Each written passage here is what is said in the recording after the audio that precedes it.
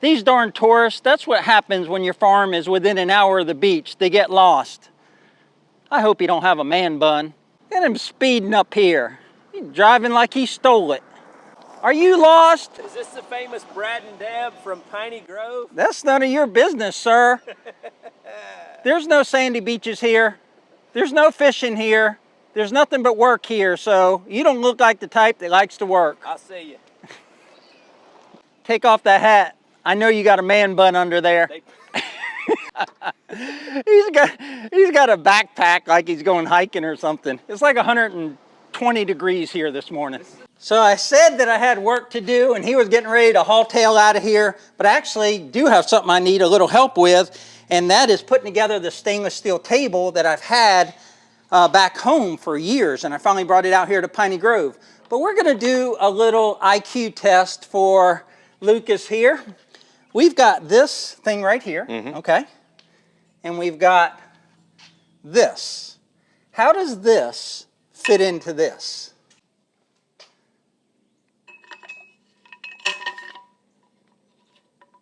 Like that. Winner, winner, chicken dinner. So yesterday when I was loading that up, I was like, how in the heck does this work? And I did everything Lucas did. I tried it from the top and everything, but I gave up. And then last night, I woke up in the middle of the night and I was like, I think it goes in from the other end, just like he did. But he figured it out in a second. I was worried. I had to sleep on it. So this test may not get airtime. I see how you are. What's up, guys? Brad here from Piney Grove, and I got my good friend Lucas from Peaks Peak Hobby Homestead here. He's vacationing down here in Panama City Beach, and he came out to the farm at Piney Grove to spend the day with me and run some equipment.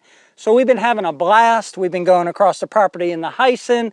We've done some stuff with the Summit. We've done some stuff with the Kubota, but that was all for Lucas's channel. So go check out his channel and see all those escapades and shenanigans. But what we're gonna do now is use the Kubota behind me in the Baumalight 348 Forestry Mulcher, and we're gonna chop down some stumps.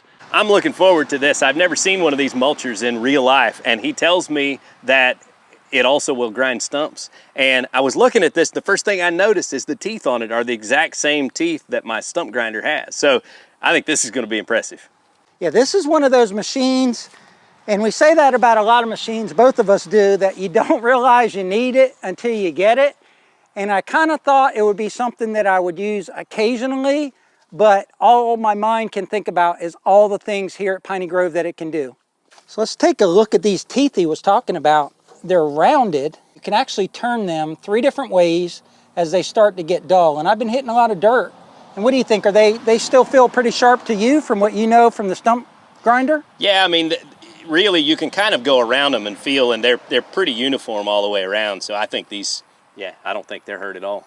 So we don't have to turn them around yet. So we're gonna go over to the stump over here. It's a pine tree that got hit by lightning. I got a video out there of me taking it down and moving it. But rather than coming in here with the excavator and digging that stump out and disrupting the roots of these other big pines here that I want to keep, I think I'm going to try the Forestry Mulcher on that. That's going to be pretty cool. It would probably take me about 10 to 15 minutes to grind that with my handheld grinder, and it would be a lot of work. So I'm anxious to see how this thing does on it. I've been here with Brad all day, and he's showing off all his fancy equipment, and man, it is so cool to get to see so many attachments, so many implements, and so many big pieces of equipment. He's got all the cool toys, and this is really going to be something. I'm going to move because I don't know which way this thing's going to throw shavings. I'll get over here to the side. He took me on a tour showing me some of the areas he cleared with this Baumalight mulcher, and it's amazing what it does to brush piles.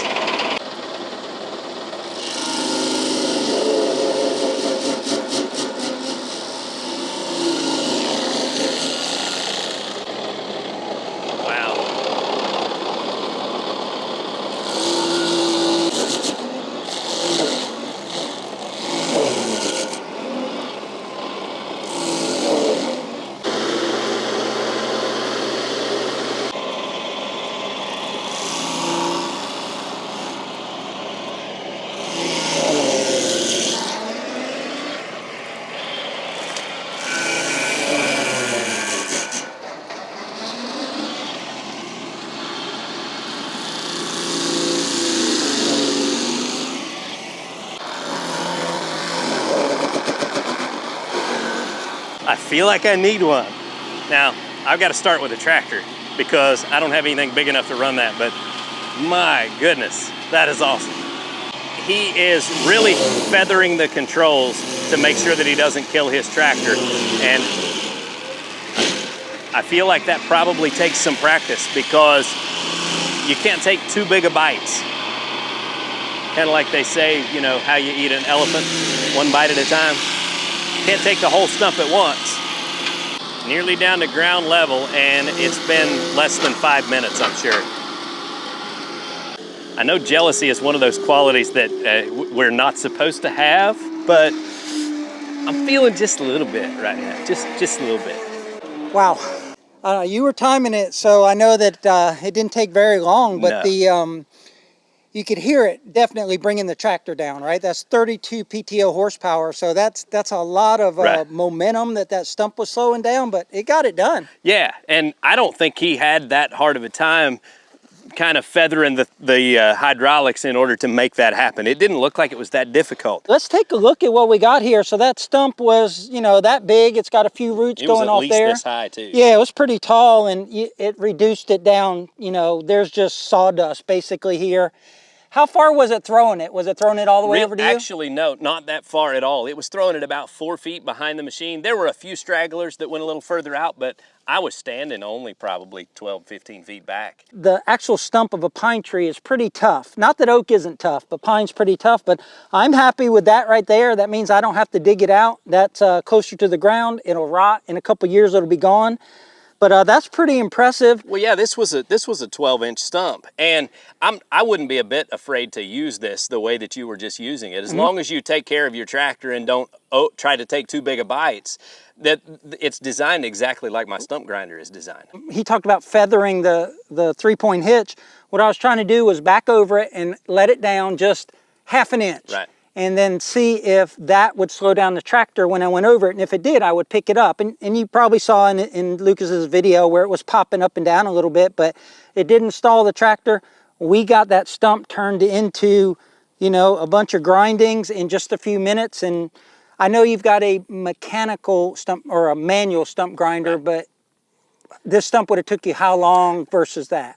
At least 10 minutes, maybe 15. So at least double the length of time. And a lot more muscle. Labor intensive, Yeah. because mine is all mechanically operated in terms of, you know, swinging it back and forth and rolling it back and forth. So I have to reposition it, and you have to roll it around by hand. And it's a job. Now, it's better than nothing. Right. But it's nothing like this. Yeah, that's a heck of a machine. Now we're gonna go over to the brush pile and let Lucas take a turn at grinding up some brush. And I've got a bunch of smaller stumps. This one would probably with some practice. I mean, it's only like the third stump that I've done, but I've got some smaller stumps that I think you're gonna have a blast just destroying. So let's go do it. Let's try it. So it works better if it's closer to the ground. Otherwise, instead of sucking things in, it'll throw it up under the tractor. So you want it kind of have like a cyclone effect within the mulcher. It's tight quarters in here, so I pulled this stuff out and made a pile, and it should suck right in.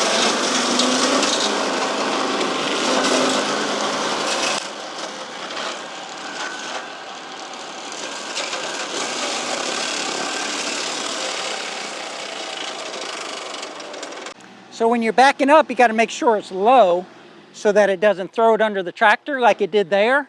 So now he'll put it lower, and when he backs in, it'll barely graze the ground, and it'll suck up all that stuff and mulch it up and keep it within the mulcher and not go under the tractor.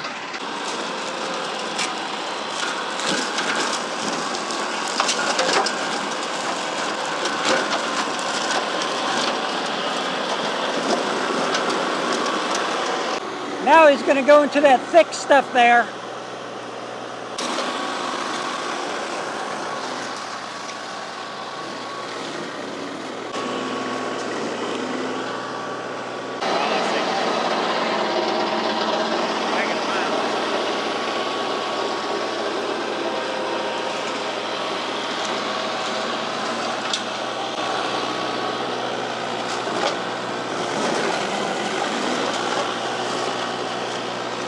You can see how tight it is in there and how hard it would be to have the loader on the tractor when you're working in those tight spaces.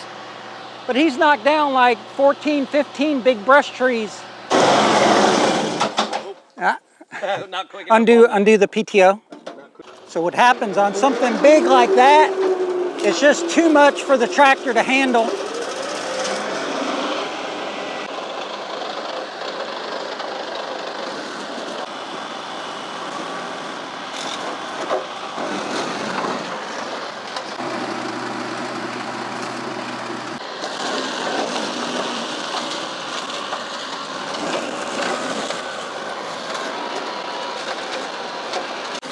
I'm very interested to hear what Lucas has to say about that, because I think it's just a totally awesome piece of equipment, and you can just get lost in yourself like with time.